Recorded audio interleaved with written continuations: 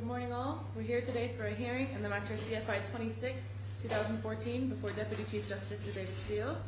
The claimant, Standard Chartered Bank, is represented by Clifford Chance. Lead counsel is James Abbott, assisted by Shane Jury.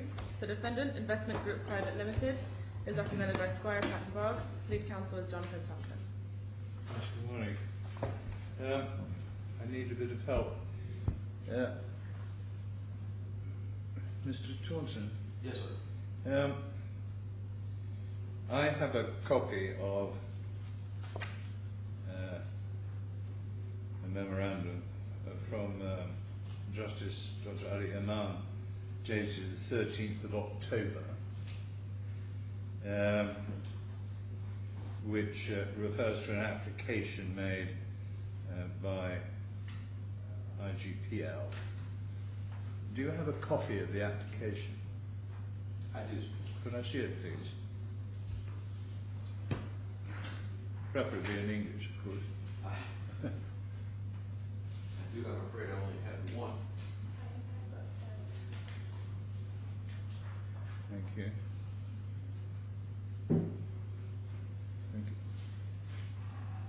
Thank you. And was this served on the bank? We were not responsible for filing that application, sir. That was our onshore counsel. So you just have to, if you don't mind, stand up. I can't quite hear what you're saying. My apologies. I believe it was, but our onshore counsel took care of that, and I'm not sure what the service requirements and procedure was. Well, I'm leaving aside requirements. I'm just wanting to know whether you did. I believe they received a copy. I'm not sure. Well, I've no doubt Mr. Abbott can help us on that. And when was it? What's the date of this document? I believe the application that you're holding was made on the 11th of October. Sorry? I believe the 11th of October. 11th of October. The application. And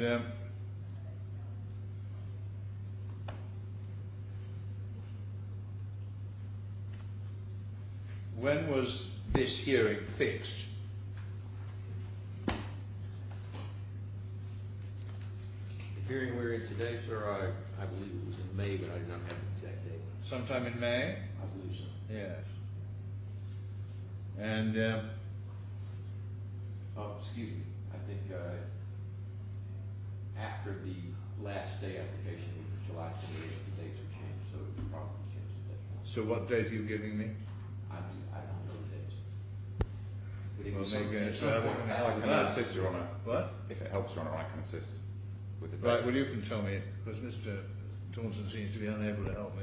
It's in a. If you have I don't know if you have the email in front of you. It's an email from Mr. Jury of the 12th of October to the court. But this hearing has been fixed since the 29th of August, 2016. So it was fixed on the 29th of August? That's correct. Okay.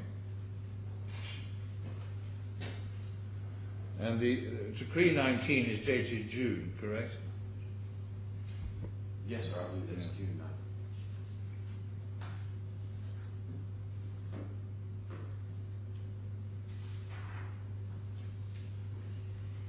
And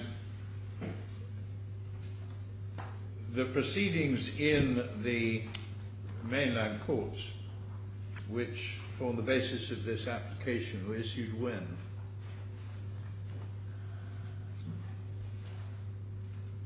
I don't have a date for that either, Your Honor.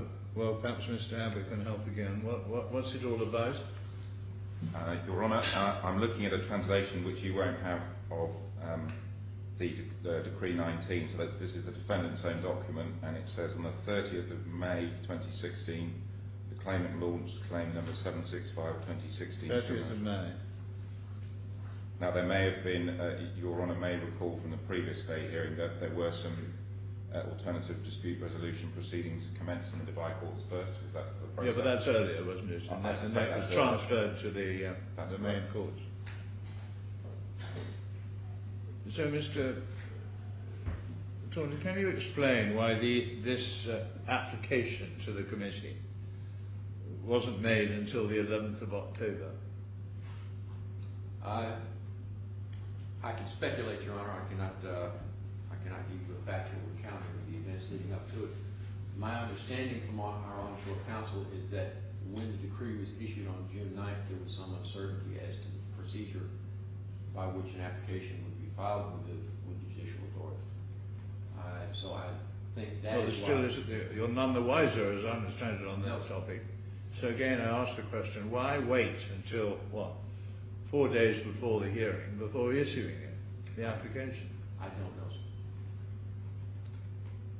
Well, even you might have worked out that it's rather an expensive way of proceeding. Yes, sir, even I think you're right. Despite assuming that this order of the Chief Justice is a valid one, is there any reason why you shouldn't pay the costs thrown away by your application for a stay under Decree 19?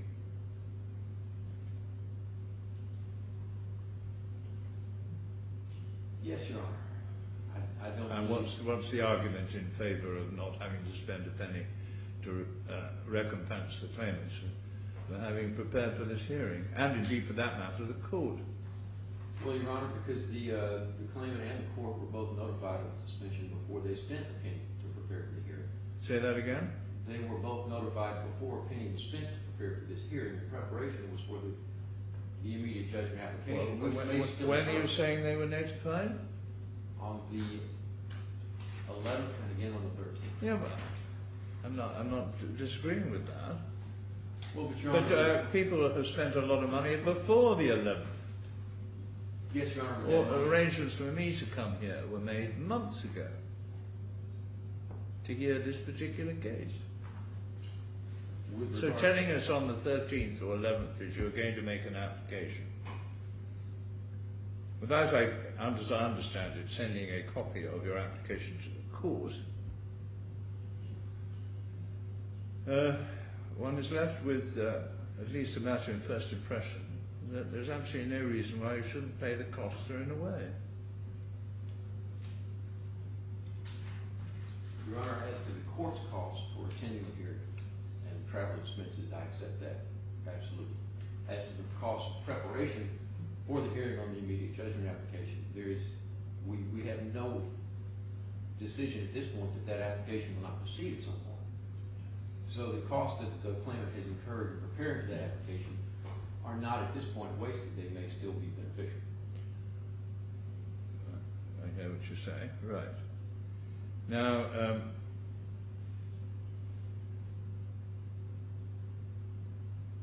as I understand it, the effect of the Chief Justice's memorandum is that this matter is now stayed for 30 days, correct? That's my understanding. Yes. 30 days from the 13th of October is what? 12th of November, I believe. 12th of November. So you would be content that this matter is relisted for the 13th of November on a provisional basis, would you? Yes.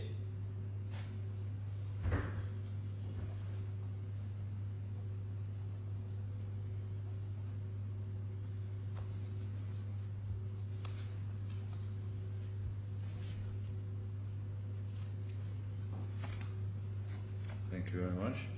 Now, Mr. Abbott, is there anything you would like to contribute to this rather sterile debate? Your Honour, well, first of all, I'm grateful for your attendance this morning. It is an unsatisfactory position. Perhaps I can just correct a couple of factual points in terms of the sequence of events and then say a word about costs. We were informed, that's Clifford Chance were informed on the 12th of October, not the 11th of October, that an application had been made to Decree 19, and that was by service of an Arabic copy of the Decree 19 application on our local council. That was on the 12th of October. As your Lordship has indicated, we were not informed beforehand, and it was an Arabic copy. We were sent various emails by Spire Pattern Boggs over the course of the following 24 hours, and then the order that your Lordship has referred to, staying the proceedings, was received by us at 3:12 p.m. on Thursday afternoon. That's the 13th, is it? That's No. the 13th of October, and that's contained the English and Arabic translation of the short order. we received an email from the court this morning requiring our attendance at the court this morning. So in my submission, I would make the obvious point that this is entirely unsatisfactory. Your Lordship has noticed that the respondents appear to have waited until the very last minute to make their Decree 19 application, and in my submission this is something that they could have done months ago. The English translation I have, which your Lordship won't have, of the Decree 19 application, which I only received this morning, appears to base their application on a decision of the Dubai courts of the 5th of September 2016. What page do you find? Well, I'm afraid you don't have this document, Your Lordship. It's our English translation, but I can hand it. Well, I'll take it. I mean, as I understand it, the proceedings that are referred to are dated the 9th of June. I think that's what Mr. Taunton told me. But you say there was a decision, which is the basis of the... Well, I must admit, Your Lordship, I haven't read it, but No, on my okay. submission, whether it's June or September, it is at least 4 or 5. So what have you handed me now? This is our English translation of the Decree 19 application. Oh, I see. So something, they're supposed to be the same, are they? Well, no, I don't think so. Your Lordship, I don't have a copy of the document in your left hand. Well, perhaps somebody can tell me what that is then. Mr. Taunton, can you tell me? I've been handed up. That's the copy that we received of the Decree 19 application. What do you mean we received? You are the maker of the application. Not this application, no. I represent... Well, your client My made client is the maker of the application. I received Yeah. this copy So- from local counsel of the application. So this is what your counsel says that's the application. And what do you say this is then? This is our English translation of the Arabic document that we were sent on the That 12th we of were October. You don't need to look at it now, Your Lordship. No, no, I'd like the other thing back if I may. I have no idea whether they're saying this is an extraordinary, unsatisfactory system. All right, thank you very much. Yes? Your Lordship has also made the point that this hearing has been fixed since the 29th of August 2016, and it is the latest in what we would describe as the ongoing saga of guerrilla tactics by the respondent. Your Lordship may be aware that they have already made not one but 2 referrals to the Union Supreme Court. No, I didn't on know that. exactly the same issues. So there was one referral to the Union Supreme Court that was on foot before the say application that Your Lordship heard in July. I forgot. Since then, the respondent has made another application to the Union Supreme Court in relation to an alleged conflict of jurisdiction, and now we have this 3rd application to the Judicial Committee in Dubai. Highly unsatisfactory, and the obvious inference is that the timing of this application to the Decree 19 committee has been designed to cause maximum inconvenience to both the court and my clients. I'm not quite sure, with all due respect, how the respondents can say that we have not incurred any wasted costs in the preparation for this hearing. We are here today. We have had to prepare as if the hearing is carrying on. And in my submission, we should be entitled, for all those reasons, to the costs of this adjournment, the adjournment of this hearing. And I say further, that should be on an indemnity basis by reference to Practice Direction number 5, which Your Lordship is no doubt very familiar with. And we believe that, in fact, in this case, we come within all 3 limbs of the factors that are listed in Practice Direction number 5. First of all, does Your Lordship have a copy of that Practice Direction? Otherwise, Don't worry, I'm very familiar. You're familiar with it. So we say these circumstances have taken the situation away from the norm, which is limb number 1, given the preceding conduct of the respondent, which was remarked on by Your Lordship at the last stay application, the subsequent conduct in making further referrals to the USC and this referral to the Judicial Committee at the very last minute. We also say that this amounts to inappropriate conduct in its widest sense, and that's limb 2 of the Practice Direction, and in my submission it's also an abuse of process.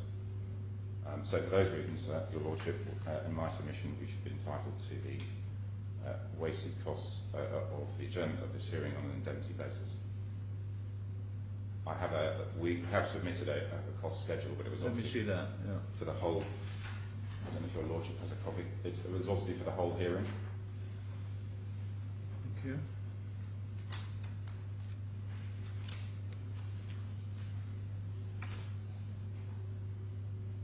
Now this is on the premise what of This is on the costs premise. incurred to date or what? That's Or correct, your lordship. includes the Full day hearing today. full day So hearing. obviously the figure is different, but if it helps your lordship, the figure we're probably looking at is on the second page, under the table headed other. Yeah. So that's the That includes. that's the work for the hearing itself. You mean? That's the work for the hearing itself Right. and work preparing for the hearing. Right. There'll be a few. So can you give me assistance as to what you would regard as the lowest figure in respect of costs thrown away? I will have to give you. I can two suggestions, your lordship. I can give you an educated guess now, or with your permission, we could prepare very quickly a bill of costs setting out that figure. Well, maybe I would order a payment on account if I'm satisfied after hearing what Mr. Taunton has to say, with the balance to be payable at a later date. Yeah. But what are we talking about? $50,000 or what? Or you don't know? I think that's. I don't think it's in the. I mean, if that's the starting figure, your lordship, then I'll see what Mr. Taunton has to say. Right. Okay. Thank you. Now, as I said to Mr. Taunton, the impact of any stay is a stay for 30 days, which expires, I think, on the November the 13th, or 12th perhaps. Do you have any comment about relisting on at least a provisional basis for that time? I can just take instructions, your lordship. Yes, go on. 13th November is fine with us, your lordship. Right. Okay, thank you. Now, Mr. Taunton, any more? Just with regard to costs, Your Honor, I would repeat that costs incurred prior to the 12th are costs that cannot be thrown away because they're still of value to the claimant for the hearing that we just discussed on the 13th. Costs since the 12th could have been avoided by the claimant if they had acknowledged and agreed to vacate this hearing once they were informed that the proceedings were suspended. But this is a pure ambush, isn't it? You decided deliberately to wait until 3 days before the hearing. No, sir. Well, there's no other what other explanation do you tender for the fact that the application is only made on the 11th of October? Your Honor, I had no explanation. No. Well, the only explanation I can think of is that you decided that the best way of ambushing the claimants and making sure that their hearing was not merely brought to an end, but without any manner of recourse, was to delay it to the last possible moment, when Decree 19 has been in existence for nearly 6 months, and the basis of your alleged conflict of jurisdiction has been in existence for 2 months. Can you offer any other explanation other than pure ambush? I can say that it was not an ambush. I can say that it was not calculated, as the claimant has alleged, to cause the effect which he's mentioned. I do not know why our onshore counsel has delayed at this point, but in the discussions that we have had with him, it has not been the delay on purpose to create this effect. Well, it brings the courts of the DIFC and the courts of Dubai into disrepute, it seems to me. A matter which I think I'm entitled to bear in mind. Okay, thank you very much. Your lordship, if it assists, I've just had another look at the schedule, and it is very much a rough and ready figure, but I would say approximately the costs wasted by the adjournment of today's proceedings are probably in the order of $10,000 to $15,000. $10,000 to $15,000. Okay, thank you.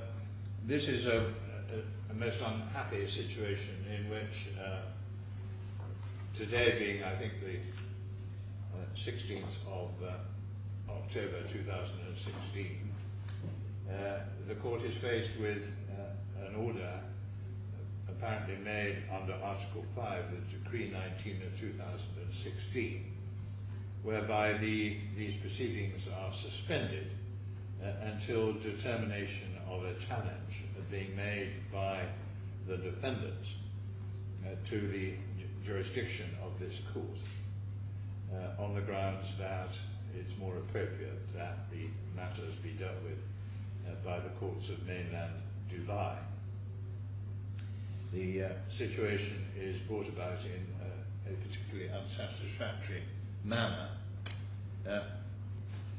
This hearing for an immediate judgment in a very substantial case, to which it's not easy immediately to see what the defence on the merits is, was fixed on the 29th of August. The significance of that date is brought into focus by the fact that Decree 19, on which the application for a stay was made, came into force on the 9th of June 2016. The application, in respect to which I seem to have received two different translations, if not two different documents, was made on the 11th of October.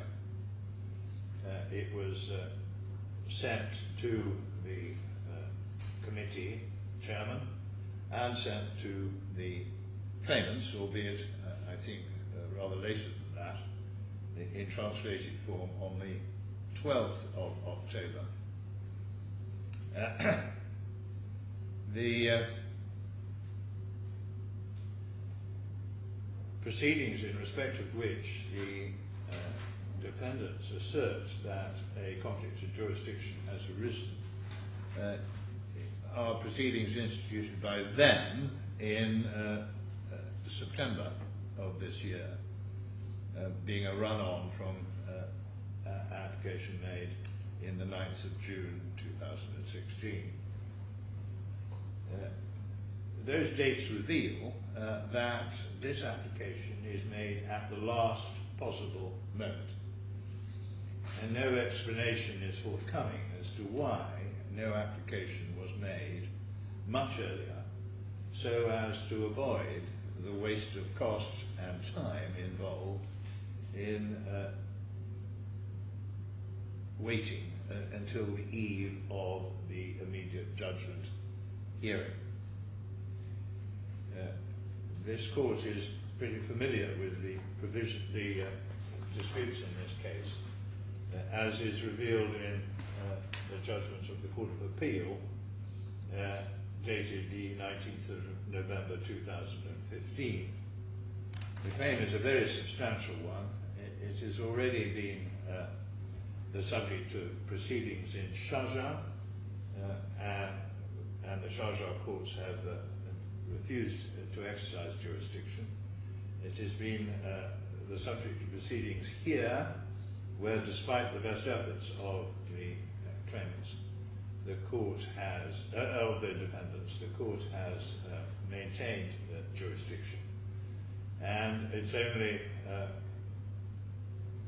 over a year after the judgment of the Court of Appeal, and 3 months after the committee was set up in June, that this application is made. Notably, the defendants have also thought it appropriate to make at least 2 applications to the Union Supreme Court. This machine gun form of litigation by the defendants perhaps does potentially attract the notation of abuse of process. The claim is a very substantial one, and as I've already indicated, it is not clear to me what, if any, defense